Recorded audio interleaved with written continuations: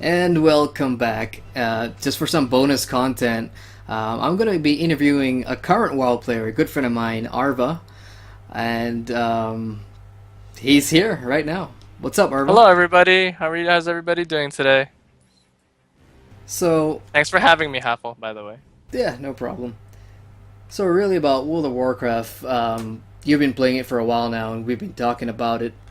So I'm just trying to get our viewers to understand what's gonna come after their 30 games. Sorry, their 30 days of subscription is up. hmm What's there to look forward to? And as you know, the movie's coming out, and hmm the whole promotion thing about giving a free copy of the game with 30 days of game time. So we're gonna get a lot of newer players coming in, and I've just Right. been in the trial version where I was just running around for a couple of levels and just to get a first impression. hmm But beyond level 20 for the newer players, hmm what can they expect from WoW? Like what kind of game modes await them? Sure, there's going to be PvP and dungeons. Anything else that newer players can expect from World of Warcraft What do you mean, like up to level cap, or just right after level 20? right after the introduction and the hmm whole journey between 20 to 100? hmm There are a lot of zones you can level from. There's a lot of choices you can make. We level on continents. Okay, it's not just one Middle Earth that we're in. Even though Middle Earth is pretty big, right? It has different regions. There's different continents. So you start off in your base starter area for a couple of levels, right? And then they send you off into the world. And the quests are pretty linear. So after level 20, that's when you really get a really good feel of your class. And it really does take you on a journey. You're here as a hero of Azeroth, and you're here to stop, the bad guys, basically. And like you said, there are going to be the dungeons that you can do, but there are other things to explore. One of the things that really got me about as you explore more into the other regions and continents is they give you a lot of content. They give you a lot of lore. So if you like the lore and you like to read, it is really immersive, and that's what World of Warcraft is known for. The world is beautiful. You will take it all in, especially if you have really high graphics. That waterfall is a waterfall to you, you know. Um, but as you progress on, you become very crucial in stopping a lot of the kind of I don't know, catastrophes that would happen. As any MMO would have the hero do, right? Yep. And it follows the kind of same progression, I suppose, using just Lord of the Rings as another comparison. Where as soon as you hit the level cap, and you'll get there, trust me, you'll get there. You'll get there really fast. Actually, you'll actually be out leveling the zones you're currently questing in, just because there's just so many quests. But anyways, back if you hit level cap, it's another new ball game, and if you're like me, who likes to min max their gear, try to aspire for the best gear, then you will not be disappointed. Nice. And what about PvP? Have you dabbled into that a little bit? Is that a viable alternative uh, endgame? I haven't dabbled in it, but I've spoken with people. I have to have a guildmate who's doing the really into PvP right now. PvP gear is very applicable in PvE situations, which is not always true in other games, as you and I know about our PvP gear in Lord of the Rings. So, I mean, what's PvP gear gonna do in PvE dungeons? It does. It's a good alternative if you don't have the necessary gear yet. I'm actually wearing two PvP pieces on my paladin, my level 100 paladin at the moment, just because it really helps out. Now, I don't think it works that way right now, but I think they're refining it in the upcoming expansion where it'll be streamlined in terms of that. But anyways, Halful, that's just the gear side of it. In terms of PvP, I have not tried PvP yet. I believe that for me, I was so burnt out on the PvP in Lord of the Rings. I just can't do it anymore. Yeah.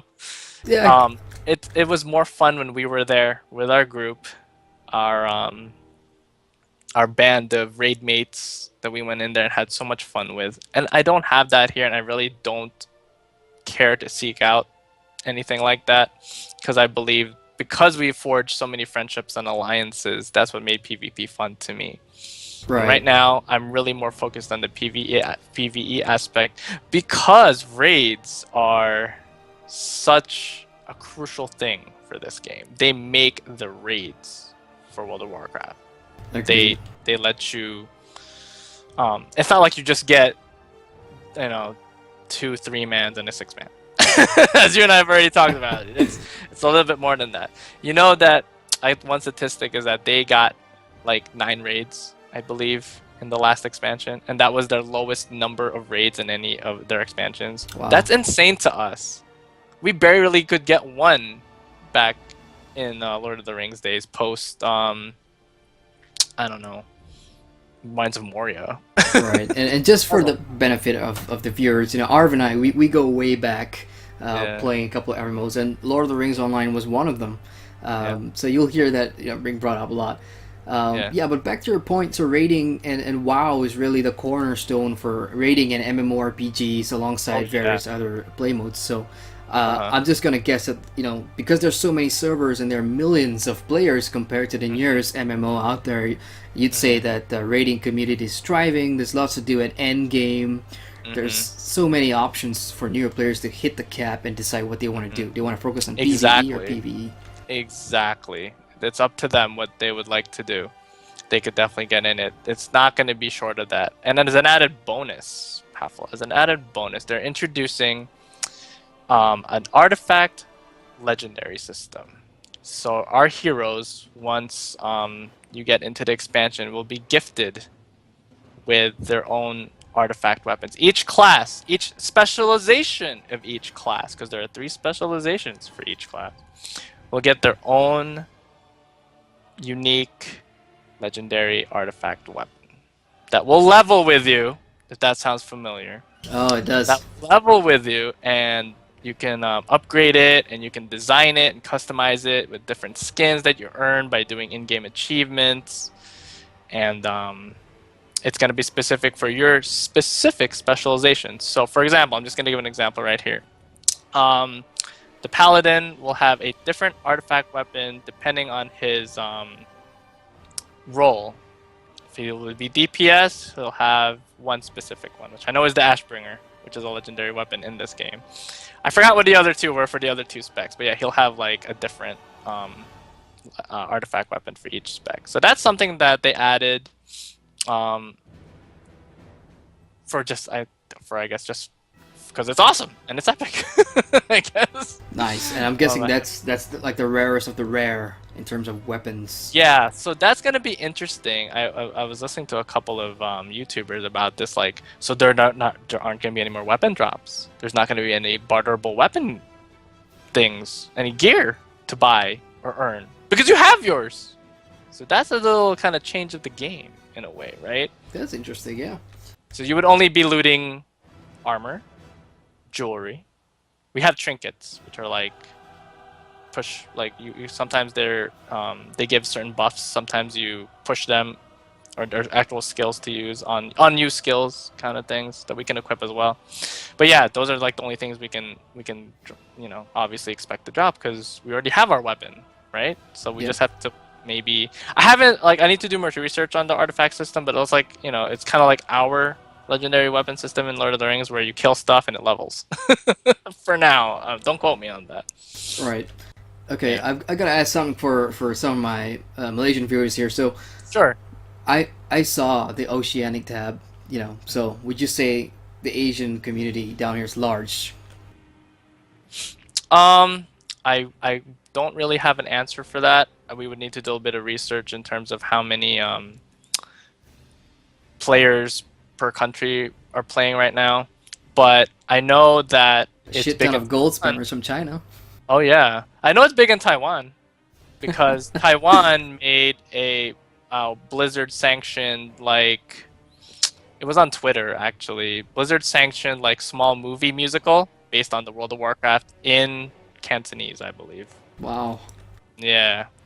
So I don't know about Malaysia, man, but I'm hoping that because of the movie and because of the expansion that we will get lots and lots of players from Malaysia and all around the world.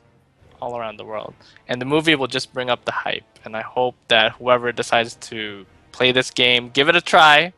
It's gonna be a slow start, starting out from scratch. It usually is in most MMOs. You have nothing but the gear on your back and you have the willingness to make gold and level and join a guild, they're very, very adamant about people joining guilds to promote the MMO aspect, massive multiplayer online, right? Right. And you can get the old school way of being invited into a guild by just asking, or you can actually, I think, apply. Guild leaders have that ability to send out like a recruitment message, and you can decide to sign up to join a guild, and then we accept you. That's a pretty good point. So let's talk about this for a second. So I'm a new player. Let's just say I'm a brand new player to World of Warcraft and MMOs in general. Is this a Yeah. game that I can solo through from 0 to 100, or is it absolutely necessary, in your opinion, to join a Mm-hmm. guild and do guild stuff, do team stuff? Mm-hmm. You can absolutely get from 0 or 1 to 100 by yourself, no problem. This game enables you to do that quite easily because of how much content that's in to play with. So if you're the kind of gamer um, that doesn't want to group up, that doesn't want to join the guilds, that doesn't want to do the group thing, you don't have to. Nobody's forcing you to. It's just that the tools are there necessary if you want to, you know. But yes, you can absolutely answer your question half full, get from 1 to 100 by yourself, no problemo. Right. Then is there any extra benefits of being in a guild in World of Warcraft? Oh, that's a good question. There is. We have a skill. I'm gonna pull up my tab because I'm in game. Um, it's called Guild Perks. It's a tab, right? So if you're in a guild, I will read this off to you guys. Increase. It's called Mount Up. Increases speed while mounted by 10%. All right. So you move faster while mounted when you're in a guild. That's always good. It's always good because you need to move around. We have this thing called the Hearthstone. It's basically like your automatic portal. It's like our milestones in Lord of the Rings, you know. And it'll teleport. You just need to bind to a certain quest hub at an inn. And you talk to the innkeeper, and the innkeeper's like, "Okay, do you want this to be your temporary home for now?" I was like, "Yeah, sure." So it's called the Hearthstone, and I think the original cooldown for it is half an hour or 30 minutes. And if you're in a guild, it's only 15 minutes. So that makes questing a lot more streamlined. So you don't have to keep running back and forth. So you That's have nice. 15 minutes. And when you do gather up all your quests, I mean, this is one of the ways you can quest, is to gather up a bunch of quests from your quest hub. You do the quests, and then you go back, right? Let's say it did take 15 minutes to do it. So by that time, your Hearthstone will be on cooldown, and you can go turn in your quests and level up quite efficiently. Nice. Another thing here is we have mobile banking. Do we have kind of like our kinship houses half full where we can dump stuff in, you know, and then other guildmates can take them out? Same thing here, except that there are no kinship homes here. There's the guild bank. We have regular vaults, personal vaults, and we have guild vaults, which is accessible to guild members. And this specific perk allows you to summon your guild bank on the field. So if you're full on space and you want to put stuff in there for your guildmates, there you go. It's a 1 hour cooldown, but it's very handy if you need to free up some space for you. Nice. So I'll try to. definitely a lot of perks being in a guild. Yeah, yeah, that's one of the few. Oh, and guild mail. Well, that's one of actually maybe I don't know if this is a necessary perk, even though it's under perks. But if you're not in a guild with somebody, it's going to take longer to get mail sent to you. Damn. If you want to send me, yeah. And the guild mail passive allows you instant sending of mail. And just really quick half-line. There's also a skill. This is the last skill actually, called Mass Resurrection. So if you're in a guild, you get this. No matter what class you are, you get a Mass Resurrection skill that allows you to res your fellow teammates in battle. Nice. There's a debuff on you after you use it, but yeah, I mean that's amazing. Like you don't have to be a healing class or a caster to heal. You could be a rogue class or a hunter class and still be able to res your fellow teammates if they're dead. Awesome. So yes, those are the perks. Now, question out of curiosity, like I was running around the map and stuff. So in the later levels, to get between maps, is there like a transportation system, like a taxi to get you from A to B? Mm-hmm. Yes, we have our flight paths or our FPs. So you just have to discover the flight path, and then once you discover it, it is available to you. So That is one of the main means of transportation starting out. As you level up at level 20, you will be able to, you get a quest to buy a mount. I think the cheapest one was 6 gold, and you'll have 6 gold by then, I promise. To buy your base mount, and then you can ride around on the ground. And then, I want to say level 60. I'm not 100% sure right now, but I think it's level 60. You have the option of buying a flying license and the option of buying a flying mount. Well, you can buy flying mounts. They can still get you on. You could still use flying mounts on the ground. I But love me some flying mounts. flying, I love it. It's one of the things that I highlight about this game. I've heard a lot of reviews about it taken away from the world. I don't think it does, because like I said, you can use your ground mounts on or your flying mounts on the ground. But flying in this game is amazing. I love it. It's very, very efficient for questing as well. It's gonna get you to those hard to reach places. Or if you're lazy like me, just want to get up that hill, you could just go around. But you can just mount up and get up that hill anyway. Flying in this game is amazing. Amazing. I have a bunch of flying mounts. You have dragons, you have griffins, you have flying moose. Yes, there's a flying moose in this game. Flying panthers. Did you name your flying moose Rudolph? I wish. It's a very super hard rare drop. I don't have that one. It's from the current one of the raids right now. It's a very rare drop, so I haven't been able to get that one. Flying. Yeah, there's many things that fly in this game. All right, man. Now for newer players, if you were to give your tips, on which classes to play, if you're a brand new player to WoW, and just for starting out, your own opinion, what classes should they play first, and which side, Alliance or Horde? Okay, so number one, to answer your question, what I've heard and from what I've experienced, the Hunter class is the easiest class. It's been called the easy mode because it's very OP. Leveling up, you just shoot stuff and it dies, because of the various ways that the skills work. So that's what I would recommend if you're super new to this game, and have no preferences. Then the Hunter would be nice. What you have to remember about the Hunter is it's a leather wearer, so it doesn't have the big bulky armor that heavy classes will have, but it certainly will. It's more survivable than the light armor wearing classes, like the casters, for example. If you do have a preference, then go by your preference. If you like to get up close and personal, perhaps a warrior would be your cup of tea. If you like to burst things down, if you love the lore about magic, that's what you got your mage for. If you want to try out the panda. Oh, well, that's a race, but in terms of a lot of people make Pandarian monks because that's how the class was introduced. I believe was through the Mists of Pandaria expansion. Most Pandarians are monks, but anyways, it's really up to you what you want to do. You can always re-roll. You can always delete and make a new one. Oh, okay, I don't like my hunter. Maybe I'll try the warrior. Oh, for me, I love the paladin. I love the paladin. The paladin can do everything. I haven't died for 60 levels. Isn't that amazing? Like how you can keep yourself alive for 60 levels and not die. That's hardcore. It is. It's amazing. To answer your second question, in terms of Horde and Alliance, if you want, you could do a little bit of research on the lore, about why the Alliance and Horde are always fighting, and then they get together because there's a bigger threat, and then they go back to fighting.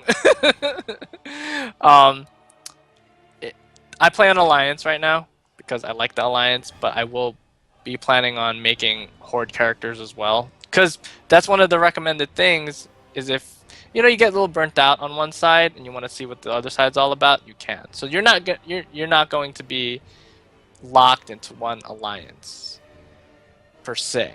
You technically are, because Alliance and Horde characters on your same realm cannot interact with each other. You can't send mail to them, you can't talk with them, and vice versa and all that. Gotcha. But it's really up to you whether you want to be. I don't think it's a wrong choice whether you choose one or the other. The thing that you have to keep in mind, though, is a certain alliance or certain factions, Alliance and Horde, have different classes or races. We all have the same classes. I mean, that's what I meant. I meant to say races. For example, the Horde. If you want to be a Blood Elf, you have to be on Horde side. If you want to be Worgen race, you have to be on Alliance side. So there's certain restrictions to that, but I think the classes are what make it great, because you could still be a blood elf mage and be a worgen, warrior. You could. They still have that. There are some restrictions on that. I didn't memorize all of them yet in terms of the classes certain races can make, but it's whatever really you want one to make, and you'll enjoy it. And if you don't enjoy it, roll another character until you do enjoy it. Fair enough. All right, man. You got any new player tips? Tips for newer players? Anything in general? Oh yeah, definitely.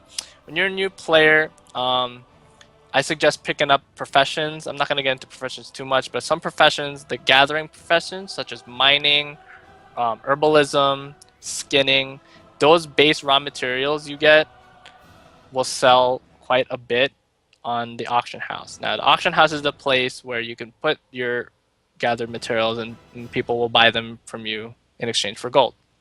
And then you will get the gold. So that's one of the things I recommend. I wouldn't recommend starting to level up stuff like jewel crafting or blacksmithing or alchemy just yet when you're starting out if you're brand new, because those are or tailoring, which is what I did, because it was a gold sink. It cost a lot of gold to learn recipes from your trainers, which could have been used more for just gathering and putting them on the auction house and making a bit more money. So that's one of the things I recommend, is just picking up a gathering profession and just keep gathering and all of that. Another thing I would recommend is definitely what we kind of talked about before, is joining a guild. It's a hit and miss. It's very rare that most of us will find our perfect guild the first guild we joined. It took me like 3 times to find the guild that I like before I became leader of this one, or co-leader of this one. I'm sorry. So definitely joining a guild. Like I said before, if you're not a group person and you want to solo things, you don't have to join a guild. But I definitely recommend it, because it is how you and I met Heffel. And we weren't in the same guild, but we were in the same alliance, and then our guilds pretty much got along with each other great in Lord of the Rings Online. And that's where you forge friendships, and that's where I believe, just in my humble opinion, that you get the best bang for your buck, I guess you could say, when you're doing stuff with people, because I'm a very social person. So that's one of the things that I look on fondly, looking back to the past and looking ahead into the future as well, because the content that they're going to give us will require you to group up, the dungeons and the raids. But they did give alternatives to those who are not into that, and there are world bosses. There's currently a world boss right now. All you got to do is just tag the boss while they're killing him, and then you kill the boss on the world. So, that's one of the things. And I guess lastly, another thing I would recommend is do research. There are a lot of websites that you can Google about your class, about basic overviews, and YouTube as well. That's the first thing actually that I did before I played this game, is I went on YouTube and I put in the search World of Warcraft beginner tutorial, and they have a lot of them. They give overviews, they give explanations, they give, like what we were just talking about right now, is about what class you should play. Depends on what kind of player you are, So definitely do the research. You will do research. I had to YouTube a quest today because I just couldn't find it. That's fine. So, that's one of the things that I would definitely recommend. All right, man. Here's your chance to plug your server in your guild. Oh yeah, so I currently play on the Garona server, and my guild is Joss's Place, JOS, or Joe's Place. I'm sorry, JOS space PLACE. You can hit me up on any of my characters there. We do have a post on the WoW forums, the Garona, there as well, that we've made a post for recruiting. We are actively recruiting. We're seeking people that just want to chill out. Kind of reminds me of the guild, of my own guild back in Lord of the Rings. We're not super hardcore, but we do love doing the content. We would love to establish teams eventually in the future to eventually do the raids, but we're not like super hardcore raiders. That's why we're still recruiting right now, but we do love to group up and do dungeons and have fun, not take everything too seriously. We know everybody has real life stuff to do, like work and school and family and all that. So if you want just a cool place to chill, please, hit us up. Thank you, Haffel, for that. Thank you. Thanks, Arva. Thanks for coming on and giving us your insights. Anytime. Always a pleasure. It's gonna be an exciting time. If I could just say just a few words in for my closing, not yours, for terms of this game, if you're coming from other games and you've heard about the movie and the game and the upcoming expansion, give it a try. You can play World of Warcraft for free for the first 20 levels, so give it a try. It is a good kind of benchmark to see if you would like to be in it, you know, and there's going to be a lot of hype. There's going to be a lot of people on the hype train, but we have to be, for me at least, very cautious because there have been a lot of negative reviews about the previous expansions from, I think, Cataclysm, Miss Pandaria, and Warlords of Draenor, just because of many various things. But I wouldn't read into that too much because we are on the start of an expansion. So I would just recommend everybody watch the movie, get the promotion, try it out. You will get 30 days of in-game time, so you could do whichever you like and see if you'd like it. And we'd love to have you, and on any server really. So kind of promoting Blizzard there. But thanks, Awful. No worries. Alright, that's it, folks, for our bonus content interview with current WoW player, my good friend Arva. So stay tuned for the next review. My name is Adrian from GRM, and bye.